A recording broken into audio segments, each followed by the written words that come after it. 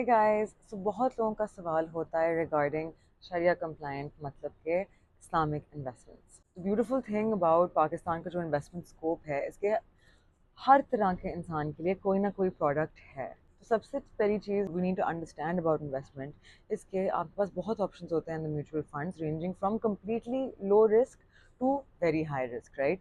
Completely low risk side पे आपका होता है money market, in Sharia compliant case would be Islamic money market, and then high risk side pe Islamic equity. So today we're going to talk about Islamic stock funds. Okay, so here I have the example of Al Falah GHP's Islamic stock fund.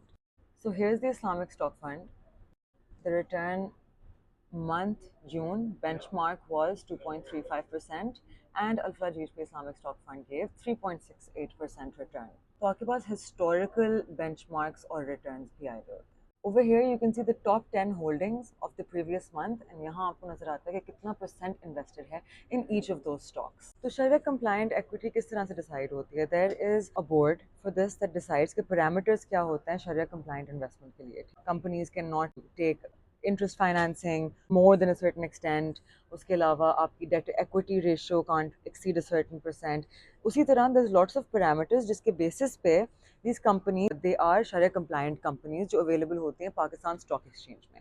अब back and पे आपके जो fund managers होते हैं, what they're doing is they are moving around the funds, investing in and out of different stocks very actively ताकि आपको अच्छे returns मिल सकें। अगर आपकी रिस्क एपेटाइट ज़्यादा नहीं है, so what you can also do is, for example, you decide कि आपने 10% एक्विटी में रखना है और बाकी आपने रखना है इस्लामिक इनकम में या फिर इस्लामिक मनी मार्केट में। You can also choose an AMC and then do that accordingly. Every asset management company उनके पास मल्टीपल ऑप्शंस हैं, they have tens of products, मतलब कि डिफरेंट फंड जिनमें आप इन्वेस्ट कर सकते हैं according to your risk apatite.